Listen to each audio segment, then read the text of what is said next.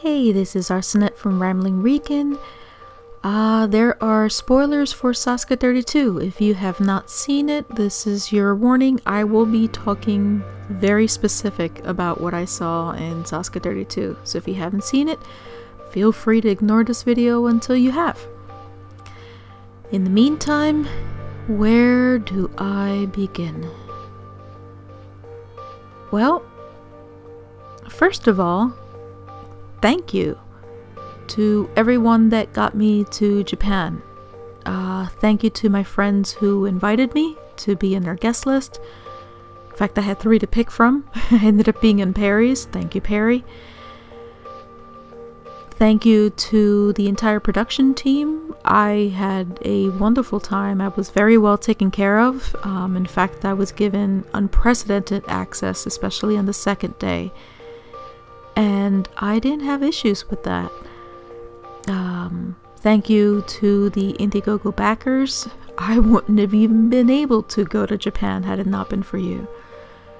This was a really difficult year, and the fundraising process was very, very bad. And had it not been for a few select people that continued to spur me on, going, you can do this, we'll get it, we'll figure out a way. And then, as a miracle, it all came together. Thank you. Because I was happy to have seen that tournament. That tournament was fine. I have no idea what the hell I saw on television. And that ultimately is the problem. I originally did this rant about 3 to 4 hours ago. I did it in the bedroom next to my computer tower and right next to the air conditioner, which was not that good.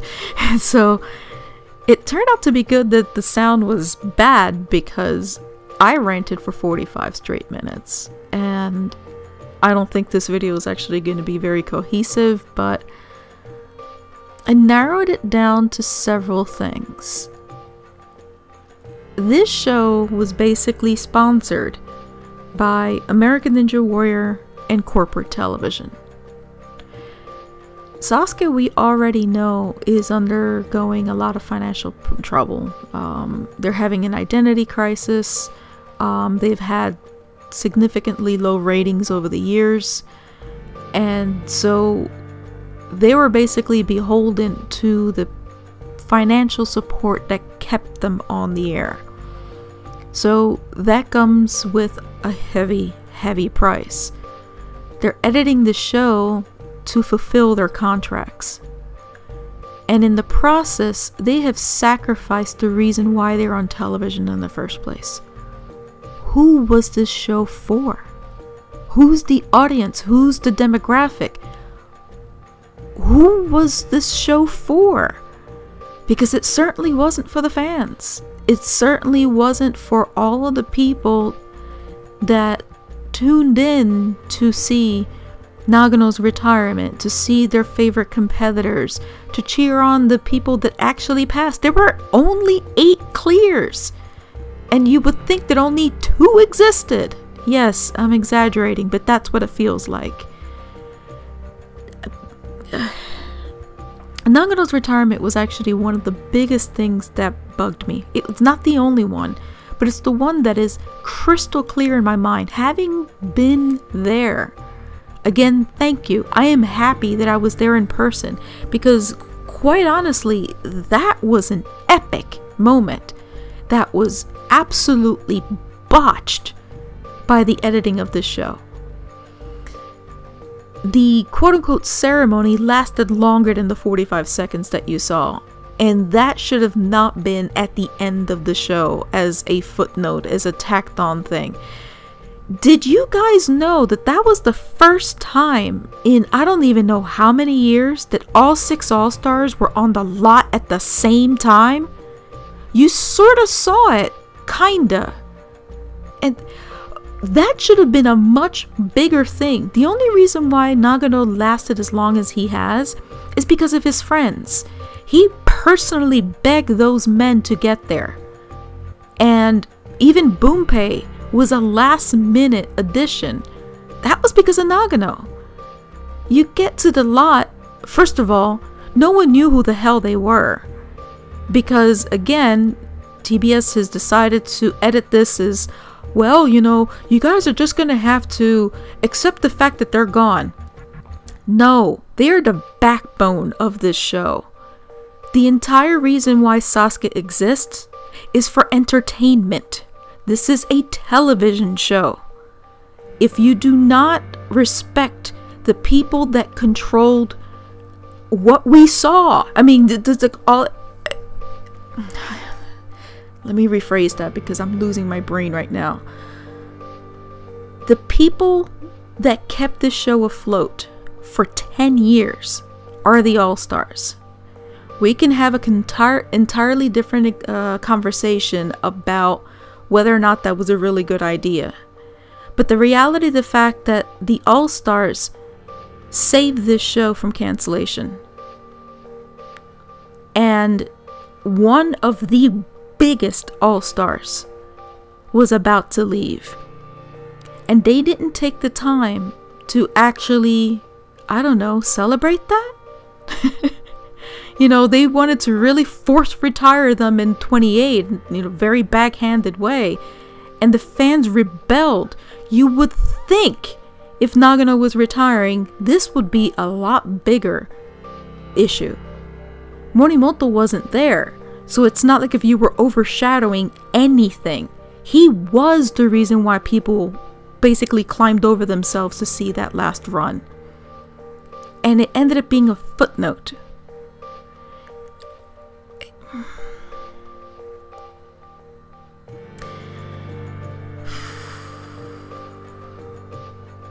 So ultimately,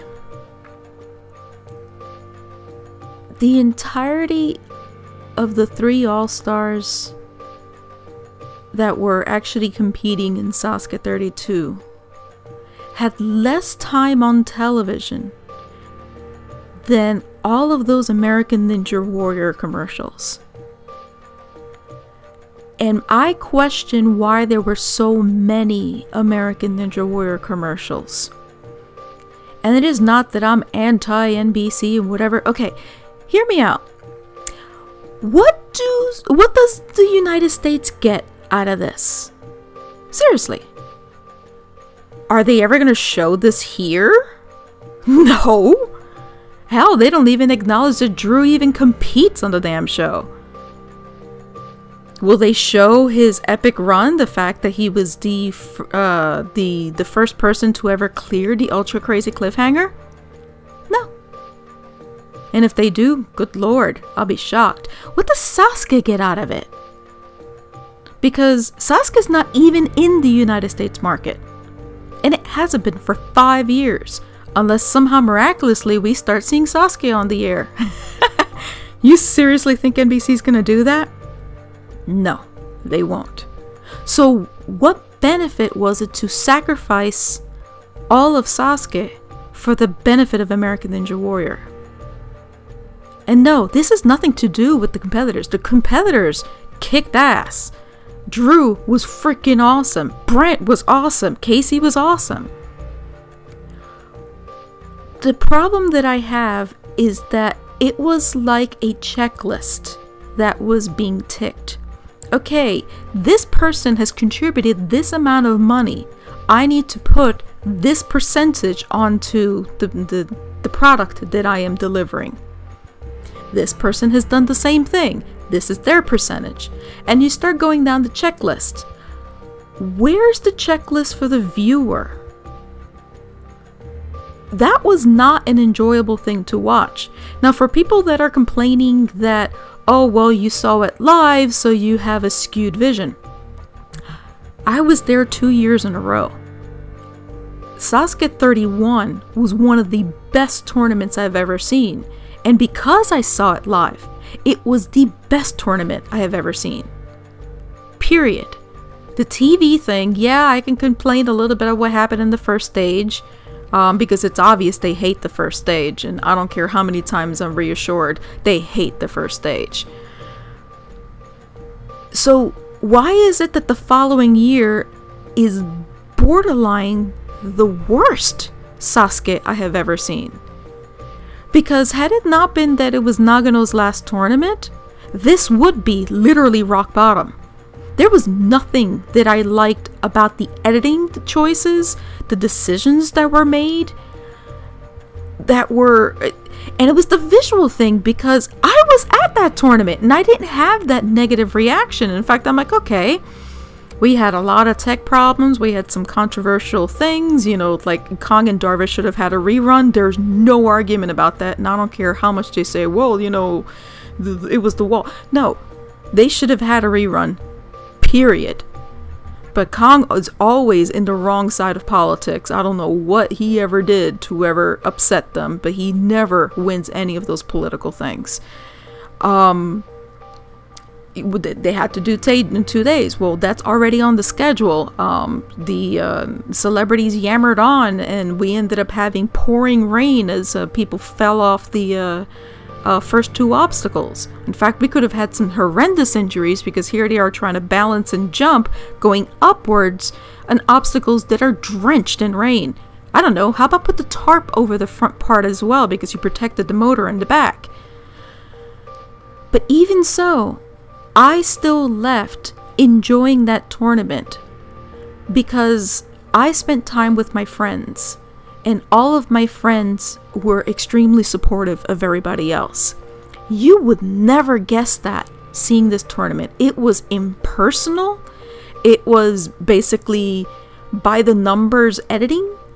It's the editing, because this is not the same tournament that I saw. I mean, there were some epic runs that you will never see. It's not like Sasuke ever even puts out a DVD for this. So you'll never see those runs. Unless miraculously they put it up on YouTube.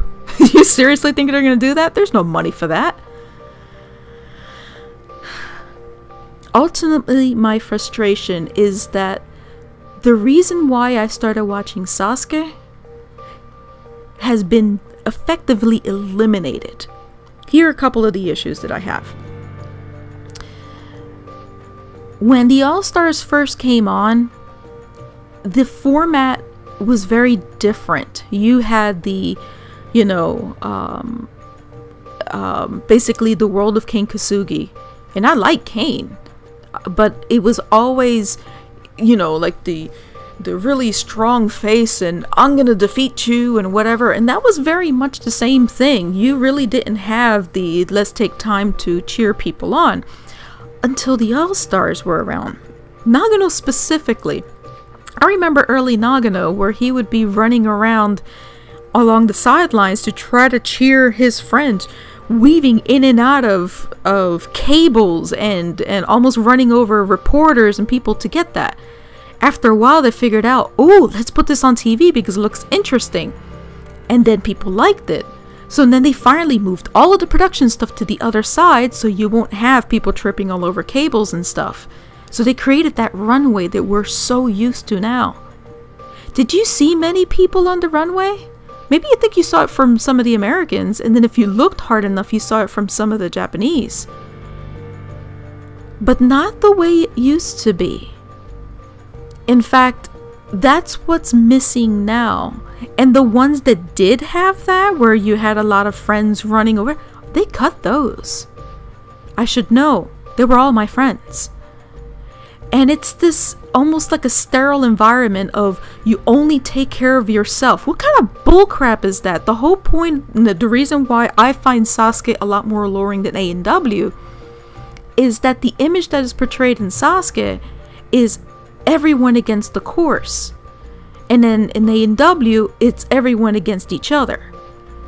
Now granted, there are a few people in between on both that go in opposite directions.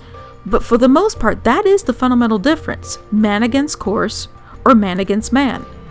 That's just the definition of the difference between both of them. So when I see all of those runs cut, and yes, there were a lot of tech issues and whatever, but it was just something that we were really paying attention to. And how some of the people were rushed to compete, and in others they had plenty of time in between. and then who they allowed to be in the start line to support that person. If you were a star, you can have everybody up there. If you weren't allowed. So like, when did that happen? Because the whole point was anyone can be on that show and be a star if they're good. Now it's sort of like you have the little cliques. I made a decision before the season started, and it was right in the middle of the fundraising, on whether or not I'm going to continue doing this. And so the decision was made, I'm going to finish off the season, I'm going to be doing blogs. In fact, I decided to wait about 2 to 3 days before I start the blogs, because right now the ranting is a little too high. So what I want to do is concentrate on why I loved Sasuke. And if that includes never seeing the rest of Sasuke from now on, I don't know. There's a war going on in Japan right now, with the viewers furious, wondering why Sasuke's still even on the air if this is the crap that's going to put on there. You know, it's only been, what, 18 hours since the finish of it, and you've already getting, tweets and stuff saying, we're hearing you complain, give us a chance, and hopefully we'll fix it next year. That hasn't happened. I thought that we were supposed to have the change, because they apologized last year. I don't want apologies. I want this fixed. Because the frustration that I have is that the tournament that I saw live is not the tournament that was on television. And that is not the fault of the tournament. That is the fault of the editing. The messaging is wrong. Your target audience is wrong. And when you continue to make something impersonal and concentrate on the corporate and the ratings, how do you get ratings? It is the interest of the viewer. So when you take the viewer out of it, there's no point in doing this. None whatsoever. So, yeah, the people are right. It should be stopped.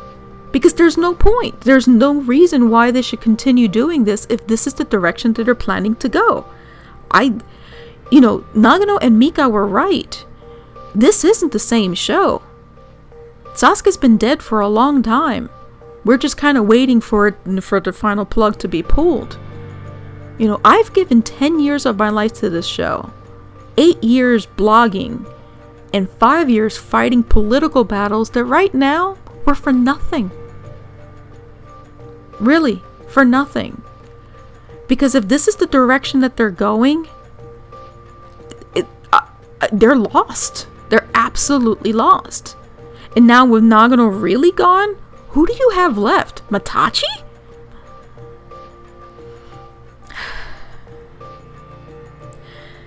So, I think I'm going to stop this here, because over the next few weeks, I will be doing the blog. I will have the benefit of staring at every frame and taking the time to see very desperately all of the good that I saw when I was there live, and see if somehow, some way, I can salvage that. But on the first viewing, and then seeing clips here and there in between, there's so much that went wrong, and there's so many easy fixes. Actually show the tournament. Show all of it. Do not concentrate on the people that are contractually obligated. I don't hate the celebrities. I don't. Because I know why they are there. And there are plenty of them that train really hard year after year to get better. And I'm happy that they're there. And I'm happy that they actually care enough to be upset when things go wrong. I'm looking at you, Darvish. He should have gotten that rerun. So I'm happy he complained. Ultimately, It needs to be a balance. And not this prerequisite of, here are the people I need to promote before the tournament even started. Edit the show as it happened. Edit the show as a sports event, the way you were supposed to do in the first place. The way it was when I fell in love with this show. And concentrate on the people. The people of this show that are keeping it alive. Because without the people, they are inanimate objects. Objects that break. Objects that can be easily replaced. You can't replace a Nagano run on his final journey. You can't replace a finalist Kunoichi competitor. Kunoichi, does anybody even know what Kunoichi is anymore? Why keep inviting Mika if you have no interest in showing her? Other than, she's a mom. I'm glad Ayako hasn't come back. Because I don't even want to know what they would have done to the 3-time Kunoichi champion. This is the problem. When I'm being told to, well, you know, you're just gonna have to let go and move on. No! This is a TV show and it's about entertainment. I am still entertained by the presence of these legendary people. These people that I grew up loving the show for. So, they want to do that for what reason? What is this show for? So, again, I'm starting the rant. And I'm already at the 20-odd number minute. And yeah. So we'll see what the next couple of weeks are going to look like. And thankfully, I have a month to calm down before I even do the podcast. Because if I were to do the podcast now, it'd be just as ranty as it was last year. Only difference, last year I was gushing. This one, I'm ranting. So, apologies for the long vlog. Apologies for all the negativity. As a positive thing, I wished you saw what I saw. I wished you had the opportunity to experience, yes, controversial, very exciting, and an extremely emotional tournament that was destroyed by corporate politics. I feel bad that you will never be able to see it, because they will never re-edit this show and they will never have an uncut run on DVD. That is my biggest regret, and that is why I am absolutely angry. Thank you for listening. Take care.